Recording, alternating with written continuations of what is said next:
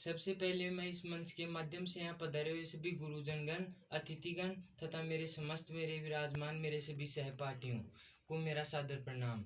मेरा छोटा सा परिचय। मेरा नाम दिनेश मिठारवाल है। मेरे पिताजी का नाम श्रीमान श्रवण कुमार मिठारवाल है। मैं 10वीं कक्षा का छात्र हूँ और आज मैं आपके समक्ष खड़ा होकर दो शब्द जिंदगी के बारे में कहना चाहता हूँ। तो सुनिए। सांस लेना जीवन का लक्षण अवश्य है, पर सांस लेने मात्र को जीवन नहीं कहा जा सकता। सांस तो धोखने भी लेती है और निकालती है। साहस और उत्साह का ही दूसरा नाम जिंदगी है। जीवन में संकट तो आते हैं, बड़े से बड़े संकट का सामना कर सकता आदमी। जीवन का वास्तविक आनंद संकट का सामना करने में ही है। घबराए की हिम्मत टूटी, मैदान छोड़कर मत भागिए। संकट को तब तक संकट मत मानिए जब तक कि वह आपके सामने आकर खड़ा न हो जाए। मैत्री शरण गुप्त ने कहा है कि जितने कष्ट कंटकों में है, जिनका जीवन सुमन खिला, गौरव गंध उन्हें उतना ही ये तर सर्वत्र मिला। कष्टों से घबराना उचित नहीं है। पहाड़ों पर चढ़ा जा सकता है, समुद्रों को तैरा जा सकता है, शर्त एक ही है कि हिम्मत ना हारे। साहस और उत्साह का दूसरा नाम जिंदगी है। सुख देने वाली चीजें पहले भी थी और अब भी है। फर्क यह है कि जो लोग सुखों का मूल्य पहले चुकाते हैं और उनके मजे बाद में लेते हैं, उन्हें स्वाद अधिक मिलता है। जिन्हें आराम आसानी से मिल जाए, उनके लिए आराम ही मौत है। जो लोग पांव भीगने के खौफ से पानी से बचते रहते हैं, समुद्र में डूबने का खतरा उन्हीं के लिए है। जिन्हें लहरों में तैरने का अभ्यास है, वे तो मोती लेकर बाहर आएंगे। चांदनी की ताजगी और शीतलता का आनंद वह मनुष्य लेता है जो दिन भर धूप में थक कर लौटा है, जिसके शरीर को तरलाई की जरूरत महसूस होती है और जिसका मन यह जानकर संतुष्ट है कि दिन भर का समय उसने किसी अच्छे काम में लगाया है। इसी के विपरीत एक वह आदमी भी है जो दिन भर खिड़कियां बंद करके वातानुकूलित वातावरण में कैद था, रात में जिसकी सेज बाहर चांदनी में लगाई गई है।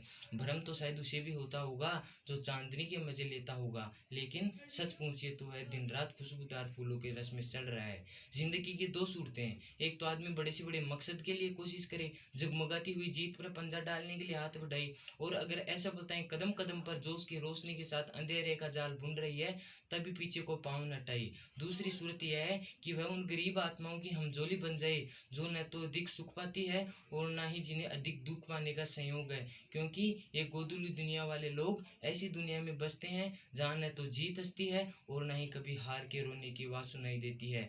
ये गोदुली दुनिया वाले लोग बंधे हुए घाट का पानी पीते हैं। ये जिंदगी के साथ जुआ नहीं खेल सकते। कौन कहता है पूरी जिंदगी को दाव पर लगाने में कोई आनंद नहीं है? अगर रास्ता आगे ही आगे बढ़ रहा है तो असली मजा तो पाँव बढ़ाने जाने में ही है। साहस और उत्साह का दूसरा नाम जिंदगी है।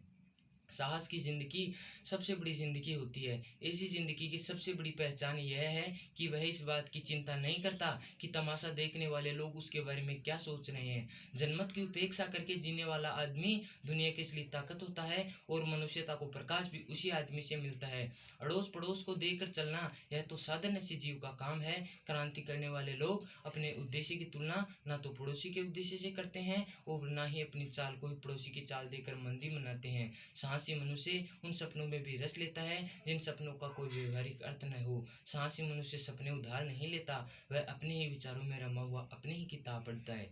झुंड में चरना और झुंड में चलना यह तो भैंस और भेड़ का काम है। सिंह तो बिल्कुल अकेला होने पर भी मगन रहता है।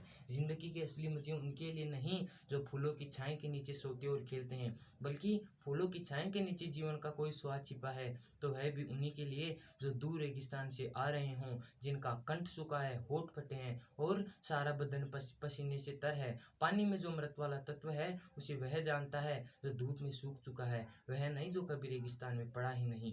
भोजन का असली स्वाद उसी को मिलता है जो कुछ दिन बिना खाए भी रह सकता है। जीवन का भोग त्याग के साथ करो, यह केवल परमार्थ का उपदेश नहीं, क्योंकि संयम से भोग करने पर जीवन में जो आनंद प्राप्त होता है वह निरा भोगी बनकर भोगने से नहीं मिलता।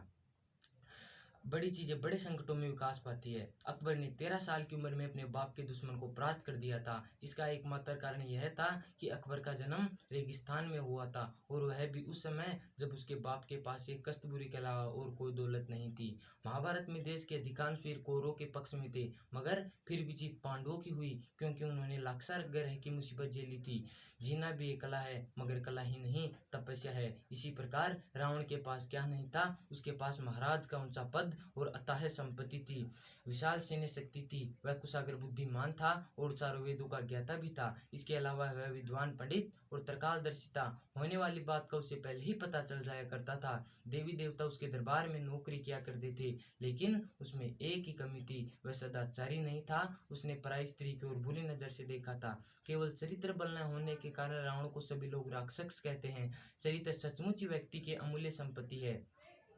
चरित्रहीन व्यक्ति कितनी ही शिक्षा अर्जित कर ले, कितने ही ऊंचे पद पर पहुंच जाए तथा कितना ही धन जुटा ले, वह सच्चे अर्थों में श्रेष्ठ व्यक्ति नहीं कहलाया जा सकता है और न ही उसे समाज में सम्मान प्राप्त हो सकता है।